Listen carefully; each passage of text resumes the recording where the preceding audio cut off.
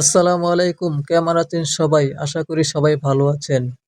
আজকের প্রথম প্রশ্ন হলো, স্বামী স্ত্রী দুইজন যদি জান্নাতে যান, স্বামী স্ত্রী দুইজন এক জান্নাতে থাকবে না আলাদা জান্নাতে থাকবে? দ্বিতীয় প্রশ্ন হলো, হারাম খাবার বা সন্দেহপূর্ণ খাবার বিসমিল্লাহ বলে খাইলে হালাল হয়ে যাবে কিনা? এ কথা কতটুকু সত্য? তো এই দুটি প্রশ্ন আমরা জেনে নিব। আর এই ভিডিও যেই চ্যানেল থেকে নেওয়া হয়েছে ওই চ্যানেলের নাম হলো আহমদুল্লাহ, এবং ভিডিও টাইটেল ছিল হারাম খাবার বিসমিল্লাহ বলে খেলে হালাল হয়ে যায়।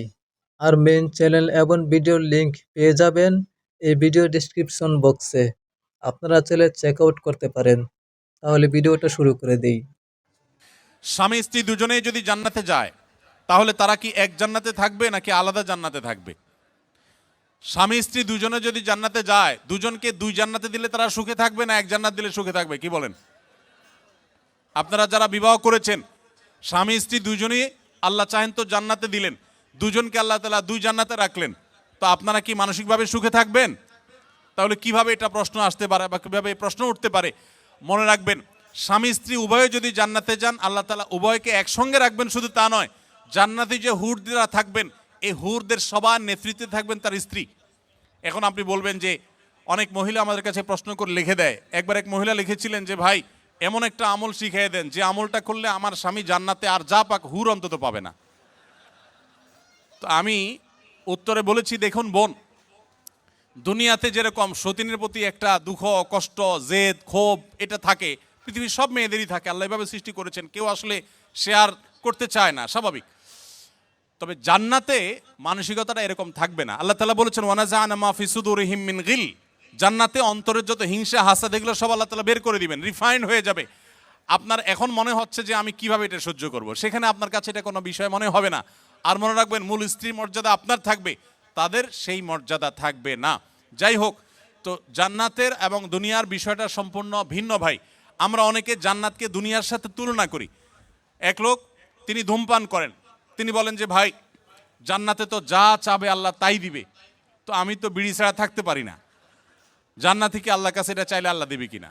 তো আমার উত্তর হলো, আপনার এই যে বিড়ি বা ধূমপান করার যে, সিগারেট পান করার যে আপনার বদভ্যাস আছে, এই কুরুচি জান্নাতে থাকবে না ইনশাআল্লাহ। আপনার এই কুরুচিটাই কি হয়ে যাবে? চেঞ্জ হয়ে যাবে ইনশাআল্লাহ। অতএব জান্নাতে স্বামী স্ত্রী উভয় যদি যান, তারা একসঙ্গে শুধু থাকবেন তা নয়, বরং তারা স্বামী স্ত্রী হিসাবেই থাকবেন ইনশাআল্লাহ। আল্লাহ আমাদের সবাইকে জান্নাতে একত্র হওয়ার তৌফিক দান করুন। অনেকে বলে হারাম বা সন্দেহপূর্ণ খাওয়ার সময় বিসমিল্লাহ বলে খেয়ে নিলে আর অসুবিধা থাকে না। কথাটি সত্য কিনা?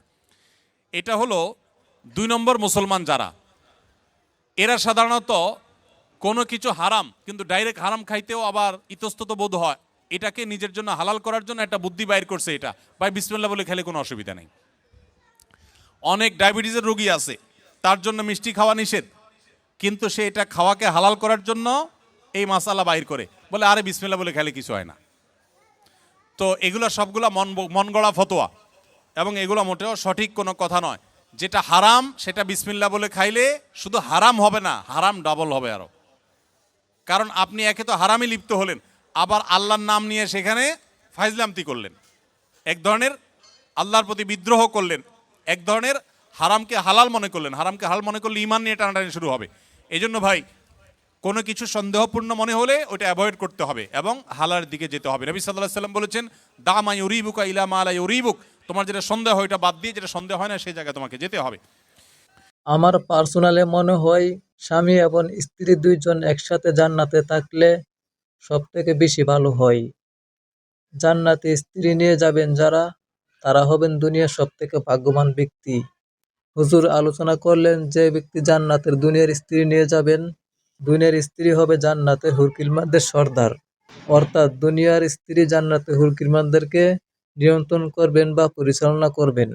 আর হারাম খাবার কথা যদি বলি, হারাম খাবার বিসমিল্লাহ বলে খাইলে হালাল হয়ে যাবে, এইসব ফতোয়া যারা দেন তারা আসলে কিছুই জানেন না। হারাম খাবার বিসমিল্লাহ বলে খাইলে উল্টা ডবল গুনাহ হবে। ডবল গুনাহ হওয়াই উচিত। আল্লাহ যেন আমরা সবাইকে হালাল ইনকাম করার সুযোগ করে দিন এবং হারাম থেকে বেঁচে হালাল খাবার খাওয়ার তৌফিক দান করুন। বলুন আমিন।